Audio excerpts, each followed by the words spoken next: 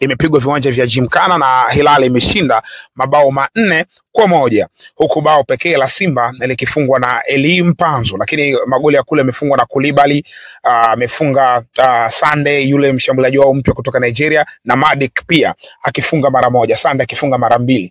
Kwa hivyo hayo ndio matokeo, lakini kimsingi kabla kuangalia kikosi ni wakumbushe, na hii nilisha kuzungumza pia hata katika session iliyopita, kwamba tunapozungumzia Al Hilali tunazungumzia klabu kubwa sana Afrika Mashariki na Kati. Yaani ndio klabu bora ya muda wote. Tukisema klabu bora ya muda wote kwa maana ya klabu ambayo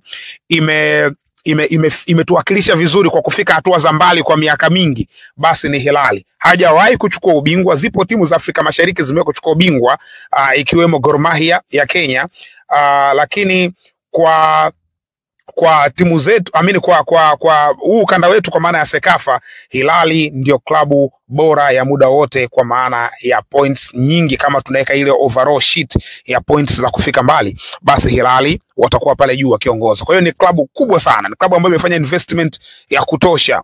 Sasa wanapocheza na Simba, maana yake ni timu ambazo zina mahadhi ya kufanana kwa wakati huu, sababu Simba yenyewe pia imeboresha ubora wake, sasa hivi ipo katika level ya juu. So ni klabu ambazo zina msuli unaokaribiana au unaofanana kwa namna moja au nyingine. Wote hawa wamekuwa wawakilishi bora katika michuano ya kimataifa kutoka upande huu wa Afrika Mashariki na Kati.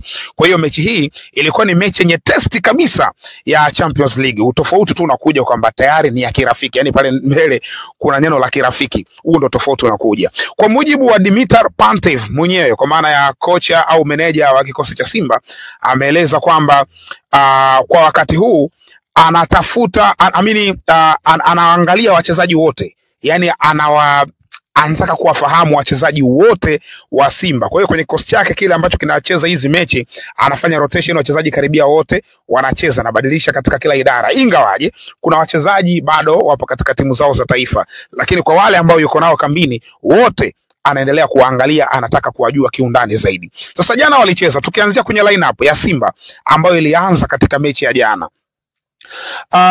Nambari 1 alikuwa ni Abeli. Yes, alikuwa yuko pale langoni, Hussein. Lakini fullback wa kulia alikuwa Shomari Kapombe, captain. Fullback wa kushoto ni Anton Mligo. Yes, na center backs pale alikuwa Wilson Nangu, usajili mpya huu, pamoja na Rushen Derek. Kwa hiyo ndio backline ambayo ilianza katika mchezo huu. Katika safu ya kiungo alicheza na viungo watatu kama ilivyo ada. Niliwahi kuzungumza katika sessions zilizopita kwamba bado kocha anaonekana kuamini kwenye 4-3-3. Kwa hiyo hata katika mechi hii pia alicheza na viungo watatu wakati. Na viungo hao pembeni amecheza Neo Maema ambaye hata kwenye mechi iliyopita alikuwepo, alianza. Katikati pembeni kwa maana upande wa kulia, katikati alicheza Nabi Kamara ambaye kimsingi alimtumia kama defensive midfielder, ingawaje Nabi Kamara anaonekana more offensive, yani anaonekana ni wa kushambulia zaidi kwa kaliba yake ya kiuchezaji. Kwa hiyo alicheza katika lile eneo. Alafu upande wa kushoto alicheza Joshua Mutale Budo. Budo alicheza upande wa kushoto, ni lugha rahisi, hii ni eneo la namba 10. Yani Budo ndio alikuwa namba 10. Neo Maema alikuwa namba 8. Kamara alikuwa namba 6. Sasa tafsiri yake ni nini? Katika mechi iliyopita, katika hili eneo ambalo amecheza Joshua, ndio eneo ambalo alicheza Ali Awesu katika hili eneo. Mechi hii kabadilisha ule utatu wa juu. Upande wa kulia ametokea Eli Mpanzu, upande wa kushoto amecheza Jean Charles Ahoua, na nambari 9 amesimama Selemani Mwalimu. Mechi iliyopita nambari 9 alikuwa ni Joshua Mutale Budo ambaye alikuwa anacheza kama namba 9 kivuli kwenye ile positioning, lakini this time around amesimamishwa kabisa namba 9 pase. Huyu ni standing striker kwa maana ya Selemani Mwalimu. Huyu ni standing striker ndo ambaye amesimamishwa pale mbele. Kwa hiyo Joshua ametolewa katika position ya kwenda kucheza kama mshambuliaji wa mwisho na kurudishwa kucheza kama kiungo wakati katika wale viungo watatu wa katikati. Kwa hiyo Dimitar Pantev mwenyewe alianza hivyo, na yeye alisema baada ya mechi kumalizika, alisema kwamba anaangalia wachezaji. Yani sasa hivi yupo katika eneo la kuangalia wachezaji. Sasa ukiangalia trending imekuwa kubwa sana ya matokeo watu wameyapokea matokeo kwenye namna tofauti. Imeonekana goli 4 ni nyingi, sawa ni mechi ya kirafiki, lakini goli 4 ni nyingi, imeonekana hivyo. Lakini kimsingi ukikiangalia hiko kikosi, of course mechi haikuoneshwa, haikuwa live, na hata mimi mwenyewe sikuona hiyo mechi, lakini ukiangalia hicho kikosi ambacho kimeanza hapo, kikosi cha Simba hiko ambacho kimeanza mechi iliyopita, kama tutakumbuka vizuri, ile ya Meja Jenerali Isamuhyo katika wakati nazungumzia katika session iliyopita ambayo tulizungumzia mechi, nilisema kwamba Simba upande wao wa kushoto, yani gepu la Anthony Mrigo na beki wakati ambaye ni Shamu Karabwe kwa wakati ule, ili gepu wanalitumia sana wapinzani muda ambao wanafanya counter pressing, wamechukua mpira wanapita sana katika ili gap. Mind you, wakati huo fullback wa kushoto atakuwa overlap kuja juu, kwa hiyo ili gepu linatumika sana. Sasa nilisema mwarobaini wa ili gap imeonekana kucheza Alassane Kante peke yake kama holding midfielder peke yake ni ngumu, kwa sababu imeonekana hawa wanapita.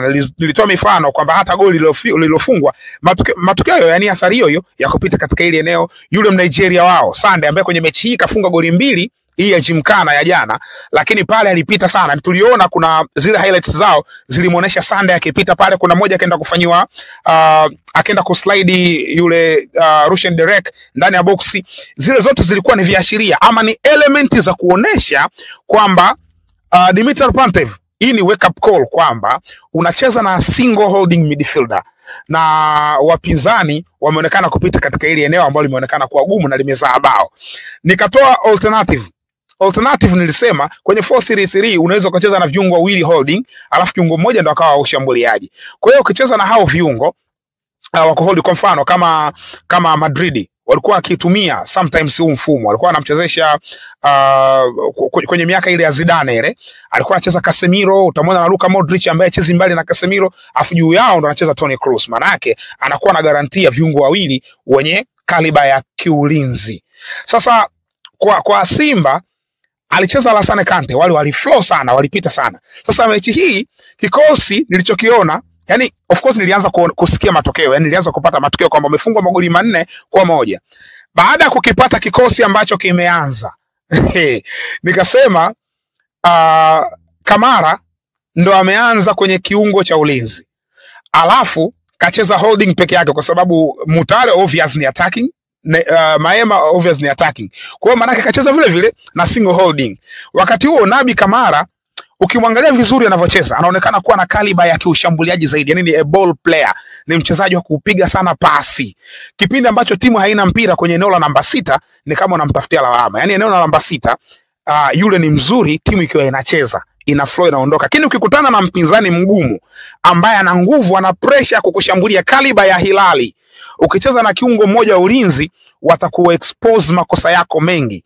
So kitu ambacho naamini, narudia tena, mechi sijaiona, lakini kucheza na single holding ambaye ni Kamara, ambaye na mwenyewe pia anaonekana kuwa na tabia ya kiushambuliaji zaidi kuliko ya kiulinzi, ili eneo naamini litakuwa ndo limewaangusha katika mpango wao.